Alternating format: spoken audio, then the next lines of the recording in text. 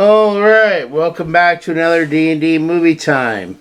And today, as we said in previous videos, we have a double feature for you with this one. We have Friday the 13th and Friday the 13th Part 2. Again, the reason we're doing this is doubles is because of the fact if we only did one, we wouldn't get very far before October because we'd only be able to watch two. We're only having two Friday the 13th between now and October. There is going to be a third one this year, but that doesn't happen until November. So, wanted to get a little deep into this series before she starts to watch Nightmare on Elm Street, because I'm going to try to hit the entire Nightmare on Elm Street series in October. So, with that said, let's go ahead and we're going to watch the first one and we'll see what Cora thinks when we get back. See you in a bit. Bye.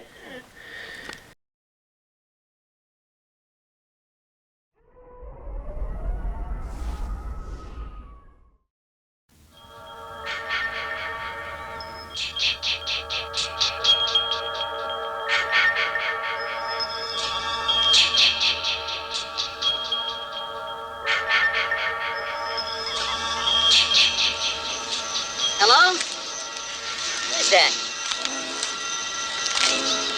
Oh, hi. What are you doing out in this mess? 1,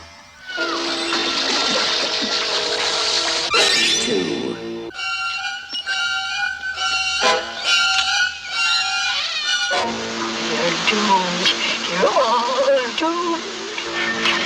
3,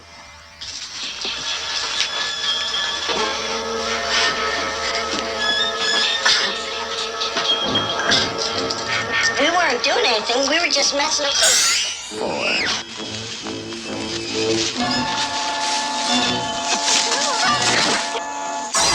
5, 6,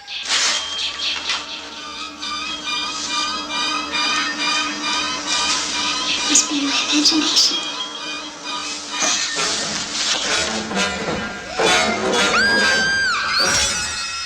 7,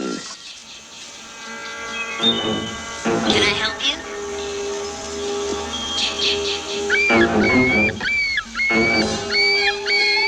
Hello? 8,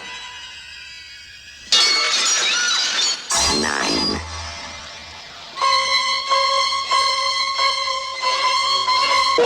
10,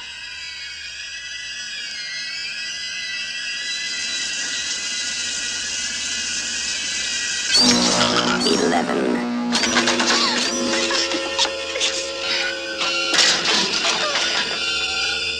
12, Friday the 13th. You may only see it once, but that will be enough.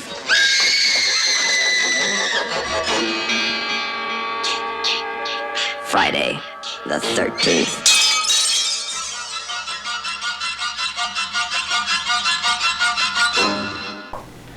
Alright, so we just finished the first Friday the 13th. Cora, what was this movie about? So basically, a bunch of people get hired to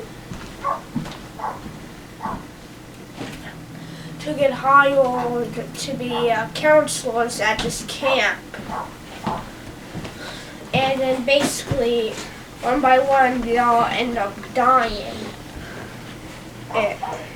And basically, the last one finds out that the mother of a boy who drowned in the lake is responsible for these kills.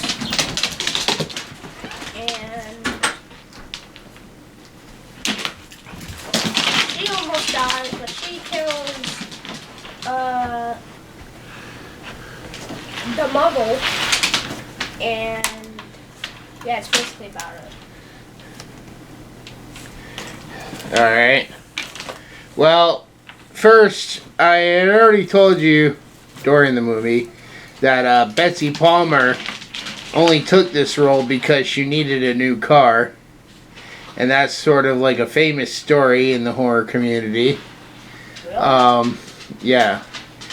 But here's the other thing too, like, she was so adamant about never coming back and doing another one of these. Which is kind of a shame. Because honestly, this movie skyrocketed her career to stardom, because I can't think of another movie that stars Betsy Palmer. I'm sure she was in other stuff, but this was the only horror. No, she didn't do like fantasy. She did like, I think, dramas and romances. But yeah, she like, none of the movies that she's been in, like, I don't think I can think of one, because this is all I really know her from. And yeah, I mean, it's just kind of a shame, you know, that she would hate on horrors so much, but she only did this because she needed something. And this is probably her most famous thing she's ever done. I don't even know if she's actually still alive now. She might be gone. But anyways, we're going to go ahead and move straight into scores. So, Cora, on a scale of 1 to 10, what would you give Friday the 13th? 8 out of 10. It was okay. Wait, no. Yeah, 8. Did it get you sometimes? Yeah. Did you have a favorite character? No. Favorite scene? No. You didn't have a favorite character, didn't have a favorite scene, but you put it above average. You're so weird.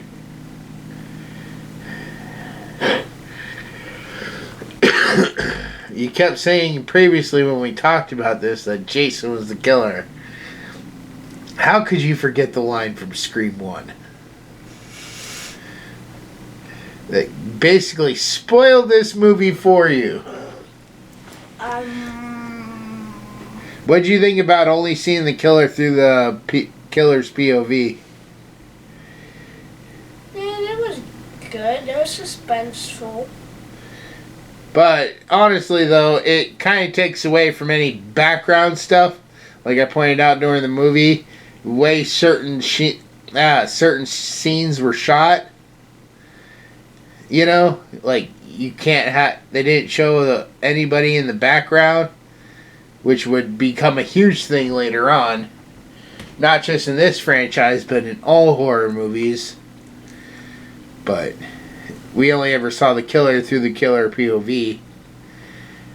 But anyways, Most of the movie. did you have a favorite kill? Like, most iconic kill of the movie?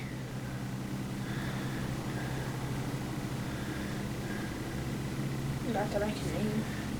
Most people say the Kevin Bacon kill. The Kevin Bacon? Yeah, the one where he gets like an arrow stuck through his neck Oh. from under the bed. Yeah. A bunch of these were actually killed off screen. But alright, we're going to move on to my score. On a scale of 1 to 10, I'd give this one probably a 7 out of 10. It's good. It's okay. But with everything that comes later, I mean, it's not the greatest and it's not the worst.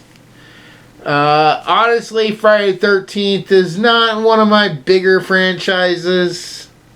Like, it's not one of the ones I'll rush to go rewatch. But I will watch it from time to time if I'm in the mood. Or I have a need. Like, right now. So, but with that said, we're going to go ahead and take a quick break. When we come back, we will let you know what Cora thought, or we'll finish up with Friday the 13th Part 2. We're going to go ahead and go watch that. And so we will see you guys after we're done. Bye.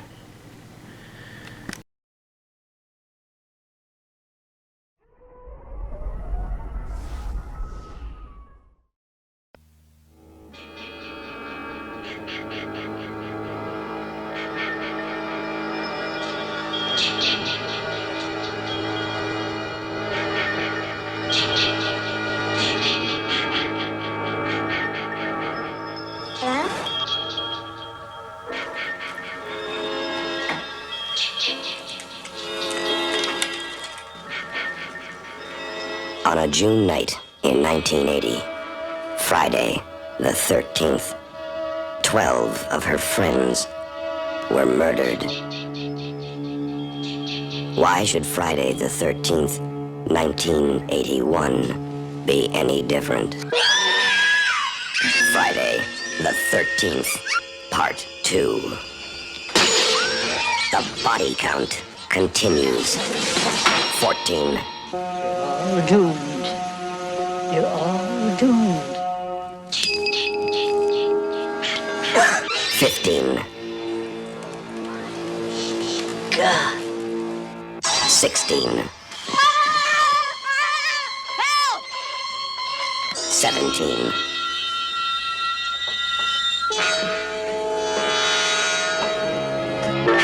18.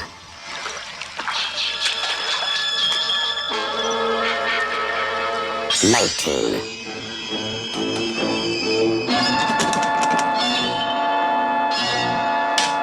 20. 21. 22. 23. Sandra? Jeff? The day you count on for terror is not over. Friday the 13th, Part 2.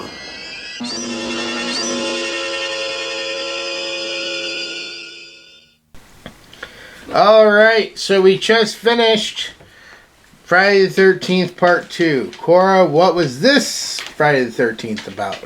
Basically another camp. Basically the same thing as the last one. A bunch of people got hired to be counselors. Instead of Jason's brother, it's actually Jason this time. And kills every one of them except one, and one gets out alive. That's basically. Well, 2, because Paul was still alive. Well, I only showed the girl being taken to the hospital. Yeah, because he had probably went for help to call. But we don't actually, they never found Jason either, so maybe Jason killed him and took him. Yes, exactly. Along with the dog. He did not kill the dog! At least he better have not.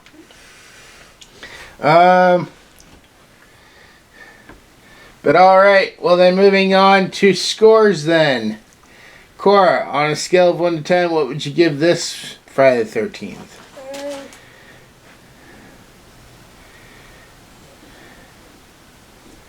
8 out of 10 basically takes the same formula as this one. The only thing that really changed was the characters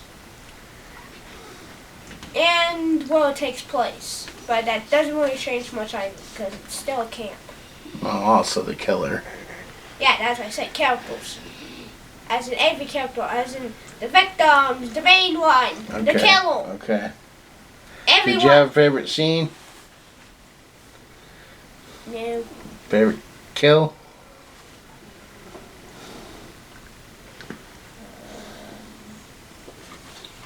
Like the 2-for-1 special? 2 for 1? Yeah, when he speared those 2 in the bed. Because they were on top of each other. Yeah. And he got 2 for 1. And I was going to say probably one of the strangled the crazy Ralph guy. Oh. He's like, you ain't gonna warn anyone this time. Yeah. Yeah. Alright, anything else you want to say? Who was your favorite character?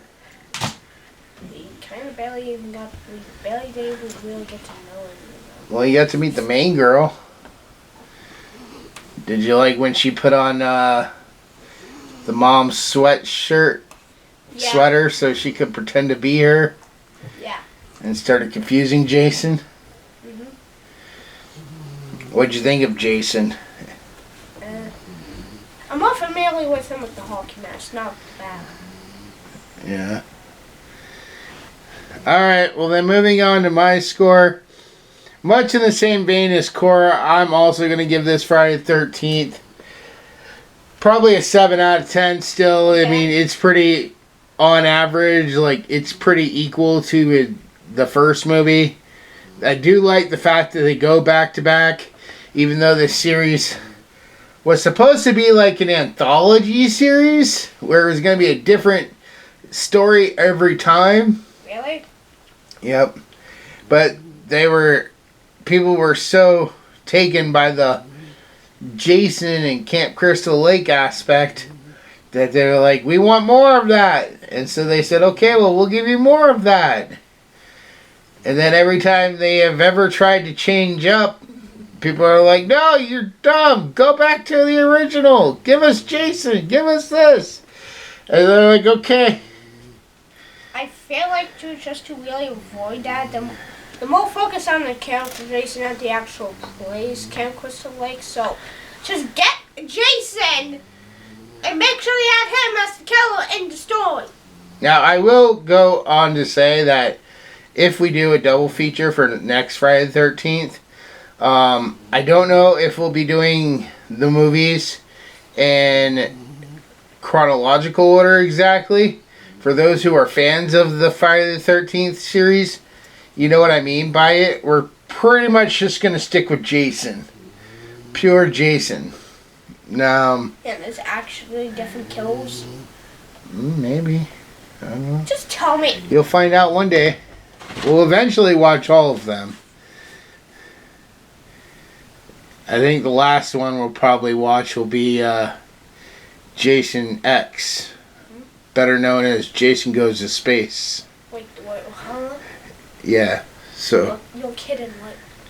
do you think, does it look like I'm kidding? Yes. No.